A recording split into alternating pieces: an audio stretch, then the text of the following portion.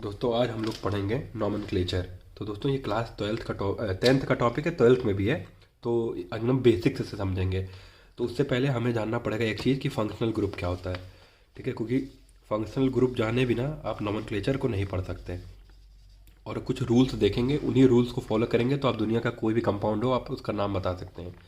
ठीक है, तो फंक्शनल ग्रुप्स हमें पहले देखना है। ठीक है, तो सबसे पहले हम देखेंगे, नंबर 1 लिख देता हूँ, एल्किल ग्रुप्स। ठीक है, एल्किल ग्रुप्स। अब ये क्या होते हैं एल्किल ग्रुप्स? तो देखिए, जैसे आप जानते हैं कि दुनिया का सबसे सिंपलेस्ट हाइड्रोकार्बन क्या है? CH4। इसका नाम है मीथेन। ठीक है, तो अगर आप इसमें से एक हाइड्रोजन निकाल दीजिए तो क्या बचेगा? CH3।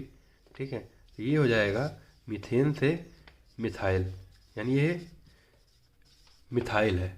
ठीक है, ये फंक्शनल ग्रुप मिथाइल है। ठीक है दोस्तों, तो उसके बाद आगे बढ़ते हैं। और दोस्तों जो एल्किल ग्रुप को हम लोग सिंबल R से दिखाया जाता है। ठीक है, तो यानी ये हो गया मिथाइल। ऐसे ही इथेन होता है C2H6, उसमें से एक हाइड्रोजन निकालेंगे तो कितना बचेगा? C2H5। ये हो जाएगा इथेन से, ये है इथेन,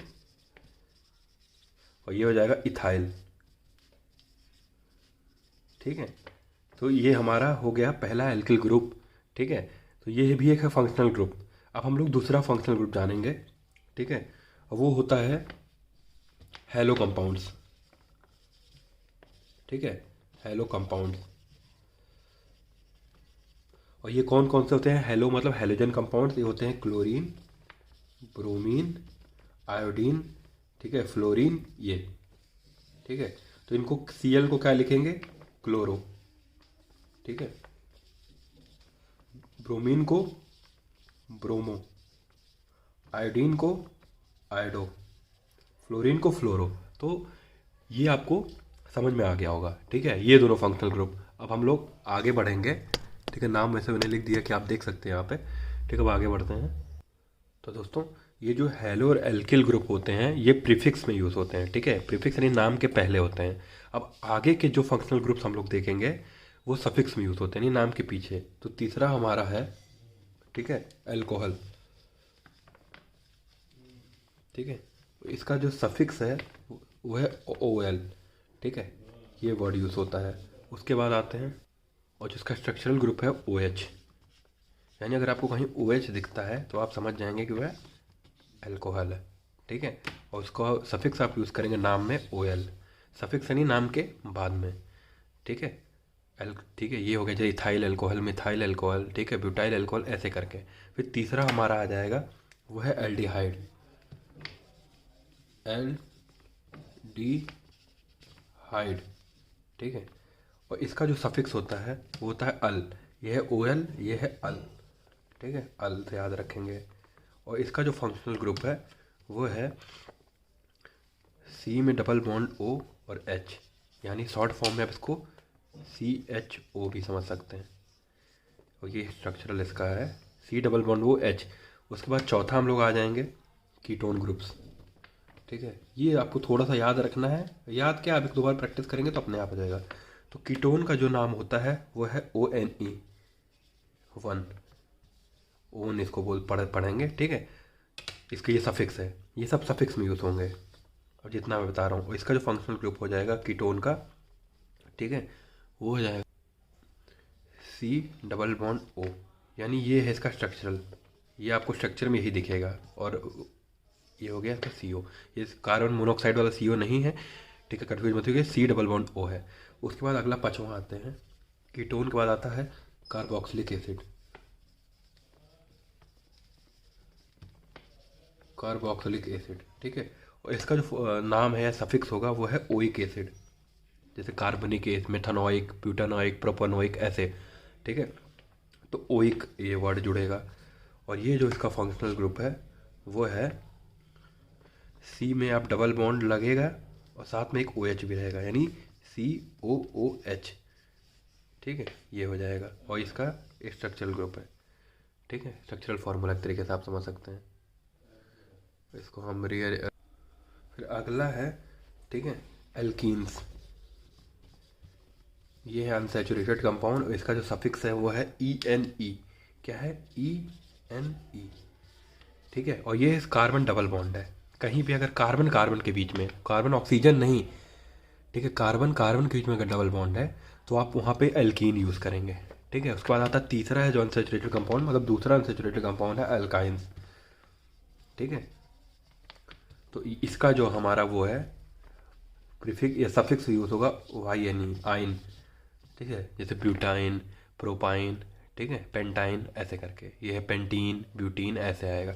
और इसमें है यानी कार्बन कार्बन के बीच में ट्रिपल बॉन्ड एक भी आ जाता है तो वो हो जाएगा एल्काइन। ठीक है, तो ये सारे हमारे थे फंक्शनल ग्रुप्स। अब इनको अगर जानने के बाद हमें बस क्या करना है, पहला स्टेप क्या होगा, ठीक है, आप लॉन्गेस्ट कार्बन चेन काउंट करेंगे।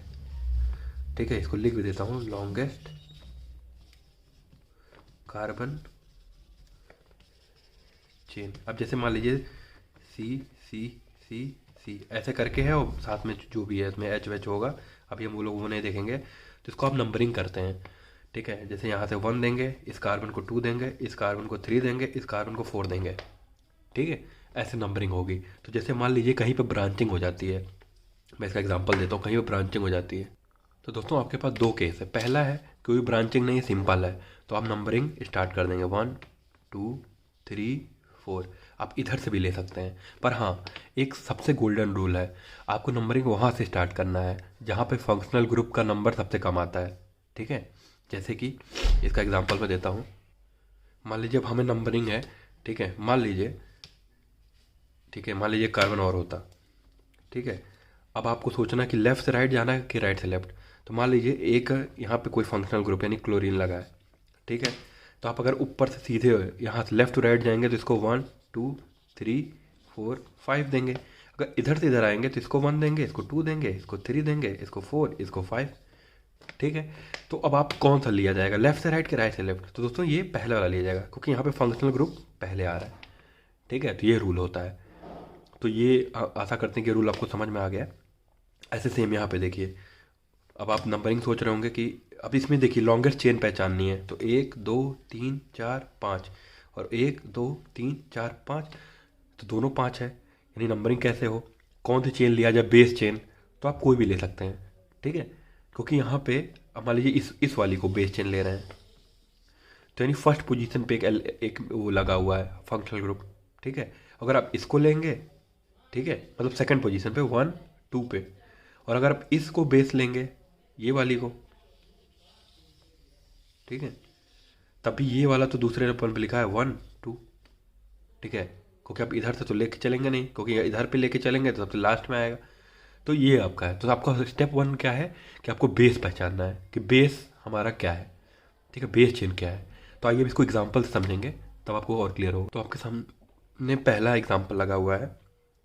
ठीक है, तो अब देखिए इसमें कितना कार्बन है, 2 ही कार्बन है, और 2 कार्बन होता है तो हम लोग एथेन, अगर सैचुरेटेड नहीं है, देखिए सिंगल बॉन्ड है, इन दोनों के बीच में डबल नहीं है, तो यानी इथेन है। ठीक है, अगर ये यहाँ पे एक ब्रोमीन नहीं होता तो CH3 यानी C2H6 इथेन हो जाता। अब एक ब्रोमो लगा हुआ है। ठीक है, तो हम लोग उसको क्या बोलेंगे, तो दोस्तों जो ब्रोमीन है ये फंक्शनल ग्रुप है हैलोजन का, यानी ब्रोमीन से ब्रोमो। और हम मैंने बताया कि जो हैलोजन होते हैं इनका नाम आगे जुड़ता है, प्रीफिक्स की तरह यूज़ होते हैं, तो ये हो जाएगा ब्रोमो इथेन। ठीक है, ब्रोमीन का ब्रोमो और इसका बेस है इथेन, तो ब्रोमो इथेन। ठीक है, ये हटा देंगे, आप ऐसे लिख देंगे ब्रोमो इथेन। अब इसका दूसरा एग्जांपल हम लोग लेते हैं। ठीक है, ये थोड़ा बड़ा एग्जांपल लिया जाएगा, उसको देखिएगा। तो आपको इसका नॉमेनक्लेचर करना है, तो ठीक है आप काउंट करना स्टार्ट कर दीजिए। 1 2 3 4 5 6, यानी 6 बेस कार्बन, यानी हेक्स हो जाएगा। हेक्स तो हमने फाइनल कर लिया। अब एन है कि ईन है कि आइन है, तो आपको ट्रिपल बॉन्ड दिख रहा है तो हेक्साइन।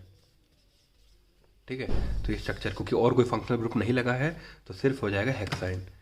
ठीक है, तो दोस्तों आज का बेसिक लेक्चर हमने इंट्रो जाना है नॉमेनक्लेचर का। अगले लेक्चर से हम लोग इसके बढ़िया से बढ़िया